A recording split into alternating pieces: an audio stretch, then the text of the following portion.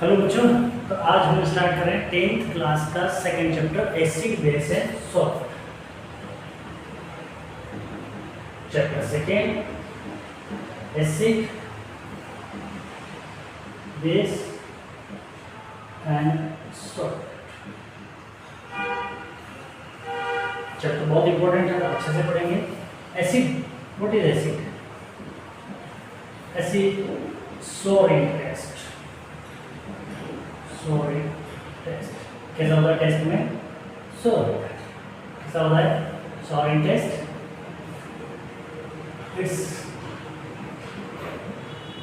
क्या बोल सकते हैं हम? देखिए H प्लस आयन, प्रोटॉन में बोलते हैं कि H plus ion proton in aqueous solution, aqueous solution. H plus ion होता है, give H plus ion in aqueous solution, they turns blue litmus into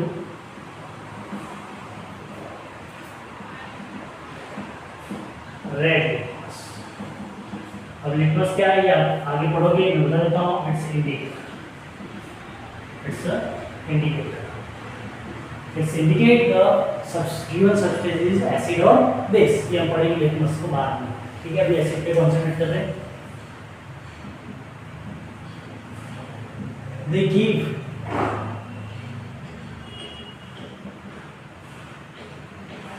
देखिए बाद में लिखना, आप लिख लेना acid react with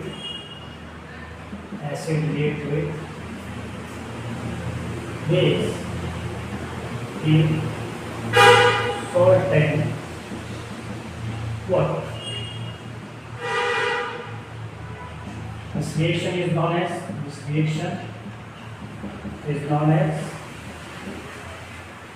neutralization reaction।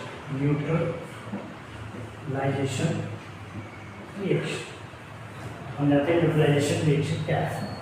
When acid, ये भी जानना था। When acid react with matter,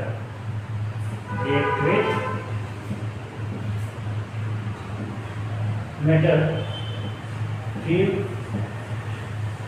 salt and hydrogen gas, ठीक है? याद रखना एसिड सॉलिड टेस्ट। देखिए H प्लस आयन में solution that turns blue litmus into red litmus। Litmus is indicator, it is indicator the given substance is, given solution is acid or base।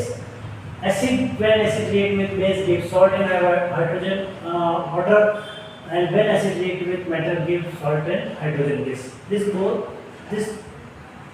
both reaction जो है हम अच्छे से chemical reaction, chemical property जो acid की है, तो हम पढ़े। एग्जांपल ले लेते हैं एसिड का। स्ट्रॉन्ग एसिड और वीक एसिड के रूप में हम जानते हैं कुछ एसिड के। स्ट्रॉन्ग एसिड जो होंगे वह है HNO3, जिसको नाइट्रिक एसिड बोलते हैं। और मुझे हमें याद होना चाहिए अच्छे से, अगर हमें सर्वाइव करना है केमिस्ट्री के चारों चैप्टर अगर 12th क्लास में हमको याद रखते हैं तो ध्यान रखें। ये हो गया सल्फ्यूरिक एसिड, HCl हो गया हाइड्रोक्लोरिक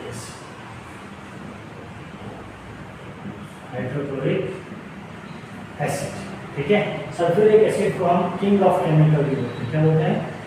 किंग ऑफ केमिकल। ये क्या है? एसिड का राजा भी है ये। और वीक एसिड कौन सा हो गया? CH3COOH, जिसको हम बोलते हैं एसिटिक एसिड। क्या बोलते हैं? Acetic acid. और क्या बोलते हैं? Ethanoic acid. क्या बोलते हैं? Ethanoic acid. ये भी ध्यान रखना, ये वीक एसिड के रूप में जाना जाता है। वीक एसिड की प्रेजेंस में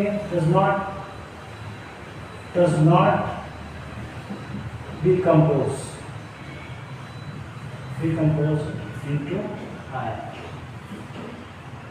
या आप बोल सकते हैं नॉट कंप्लीट डिसोसिएशन, डिकम्पोज नहीं। और ये कंप्लीट डिकम्पोजर क्या होगा?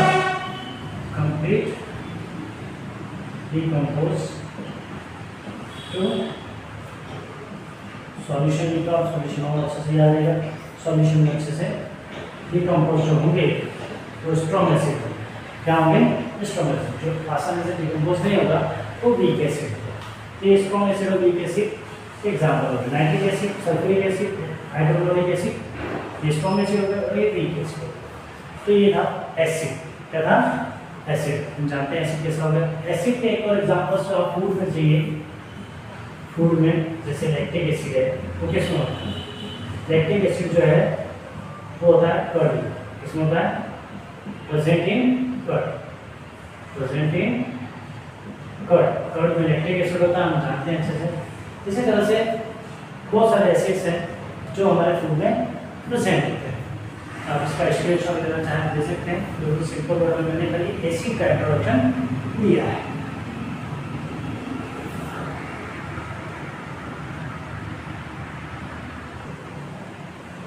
स्क्रीनशॉट ले लिया। एक चीज में और बता देता हूँ, ध्यान देने का, एसिड जो मैंने कहा कि H+ आयन देते हैं, तो इसका एक एग्जांपल देता हूँ कैसे देते हैं H+ आयन।